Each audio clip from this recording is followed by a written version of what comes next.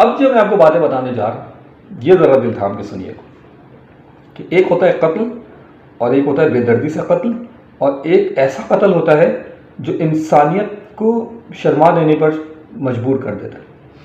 پہلی کہانی یہ آئی تھی کہ بچی سو رہی تھی، زارا سو رہی تھی، وہ لڑکی سو رہی تھی اور سوتے وقت جو ہے وہ ساس نے اور ایک نند نے اس کے منہ پہ بلینکٹ لپیٹ کے اس کو پہلے سانس روک کے قتل کیا، لیکن یہ صحیح بات تو نہیں تھی۔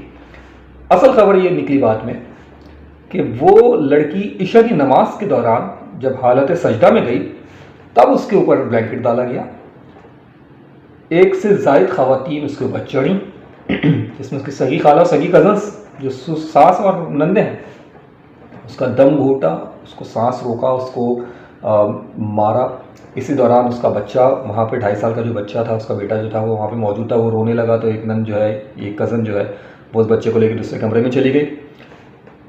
پراپر طریقے سے انہوں نے 10-15 منٹ کی کارروائی کرنے کے بعد جب اس کا دم گھٹ گیا، اب ذرا سنیے، تو اس کو یہ لے کے گئے ہیں ایک دوسری جگہ پر اپنے گھر میں، وہاں لے جا کے انہوں نے 6 نندیں، ایک ساس، بڑی نند کا بیٹا اور ایک دوسری نند کا لاہور میں موجود ایک رشتہ دار، اب ٹوٹل 8 گرفتاریاں ہو گئی ہیں اس سین کے اندر، تو وہ بھی موجود، یعنی مرد بھی موجود تھے۔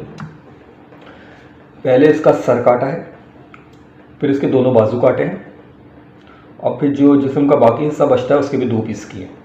ٹوٹل اس کو 5 ٹکڑوں میں تقسیم کیا ہے۔ جو 2 بڑے ٹکڑے ہیں جسم کے ان کو 2 بوریوں میں بند کر کے الگ رکھا ہے، باقی ٹکڑوں کو 3 ٹکڑوں کو 3 پلاسٹک کے شاپرز میں بند کیا۔ اب یہ ہے پولیس انویسٹیگیشن کی سٹوری۔ قتل تو پاکستان میں ایک چھوٹی بات ہو گئی نا، کسی کو بھی قتل کر دینا، کاروکاری کے معاملے میں اس کو نامزد کر کے جان سے مار دینا یا کسی بھی طرح کا الزام لگا کے عورت کو قتل کر دینا۔ لیکن ساس اور ننند اگر کسی کو قتل کرتے ہیں یا کوئی تشدد کرتے ہیں تو کوئی عنصر ہوتا ہے، اس کے پیچھے کوئی وجہ ہوتی ہے، اس کے پیچھے کوئی باہر کی لڑکی آتی ہے، اس کا قتل ہو جاتا ہے۔ یہاں تو سگی خالہ نے اپنے بیٹے سے اپنی بہن کی بیٹی کی شادی کی، ایک ایسا بھائی جو 6 بہنوں کا اکلوتا بھائی تھا، سعودی عرب میں موجود ہے، اچھا کما رہا ہے، اس کی شادی کی جاتی ہے، اس کا 2.5 سال کا بچہ ہے، زارا خود دوبارہ پریگننٹ ہے اور 9 مہینے کا اس کے شکم میں جو ہے وہ بچہ موجود ہے، آج ڈلیوری ہونی ہے، کل ہونی ہے، یہ والی کیفیت ہے۔ زارا سعودی عرب میں اپنے شوہر کے پاس تھی، واپس پاکستان آتی ہے، 7 نومبر تک جو ہے وہ اپنے والد صاحب کے گھر پہ رہتی ہے۔ محمد بشیر صاحب جو ہیں وہ خود پنجاب پولیس کے اندر جو ہیں ASI کی نوکری کر رہے ہیں اور ASI کے بطور ASI وہ پنجاب پولیس میں خدمات دیتے رہے۔ محمد شبیر صاحب زارا کے جو والد ہیں، 7 نومبر کو یہ گئی ہے اپنے سسرال ڈسکا، شوہر موجود نہیں تھا، وہ سعودیہ میں تھا اور وہاں جا کے یہ رہی ہے۔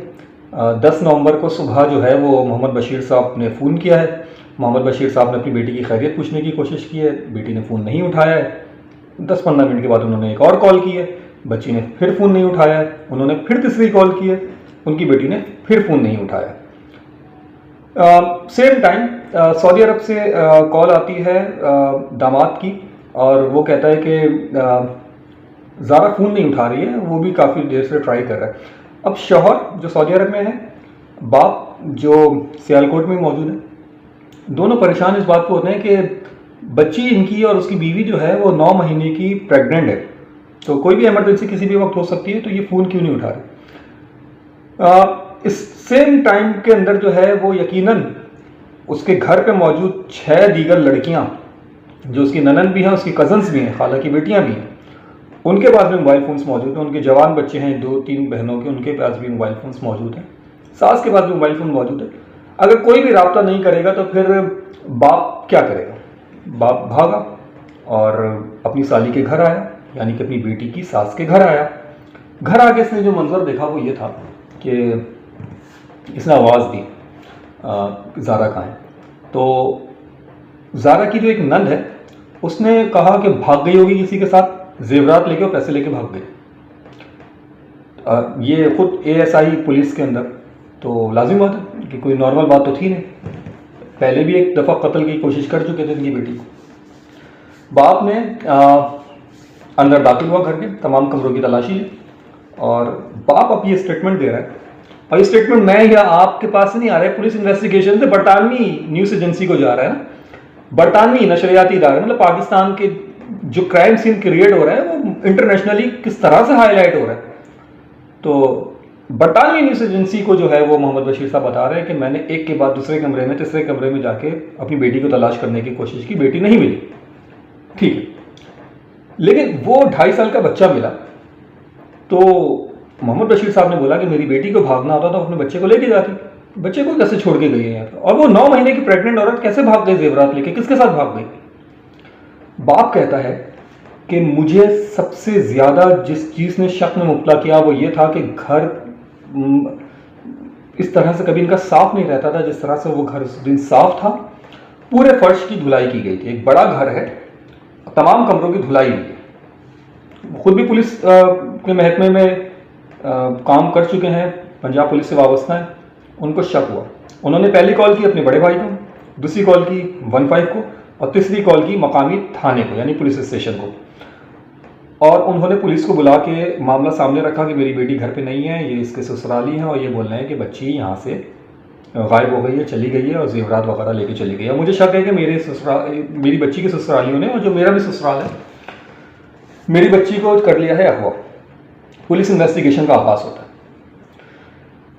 پولیس ابتدائی طور پہ بچی کی ساس کو یعنی زارا کی ساس کو اور ایک نند کو اپنے ساتھ انویسٹیگیشن کے لیے مقدمہ درج ہوتا ہے. مقدمہ اغوا کی دفعات کے تحت درج ہوتا ہے.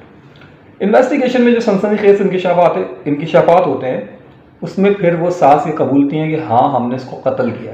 پولیس نے پہلے مرحلے میں جب یہ لاش کی تلاش کی تھی تو ان کو وہ پلاسٹک بیگس نہیں ملے تھے، وہ بوریاں جو تھیں جس میں جسم کے بڑے حصے تھے وہ ملے تھے. بعد میں وہ پلاسٹک بیگس بھی ملے جس کے اندر باقی اعضاء. صرف مارنے کے بعد پیسز ہی نہیں کیا گیا، وہ جو زارا کا سر کاٹا تھا اس کو چولہے پہ رکھ کے جلایا گیا. اور ساس نے پولیس کو اسٹیٹمنٹ یہ دیا ہے، یعنی اس کی سگی خالہ نے اسٹیٹمنٹ یہ دیا ہے کہ ہم نے اس کے سر کو اس لیے جلایا تاکہ اس کے نقوش چہرے کے جو ہے وہ ختم کر دیے جائیں، اور اگر یہ اس کی باڈی ریکور ہو جاتی ہے تو یہ پہچان میں نہ آئے. اس کے بعد پنجاب پولیس کی کارروائیاں مزید جاری ہیں.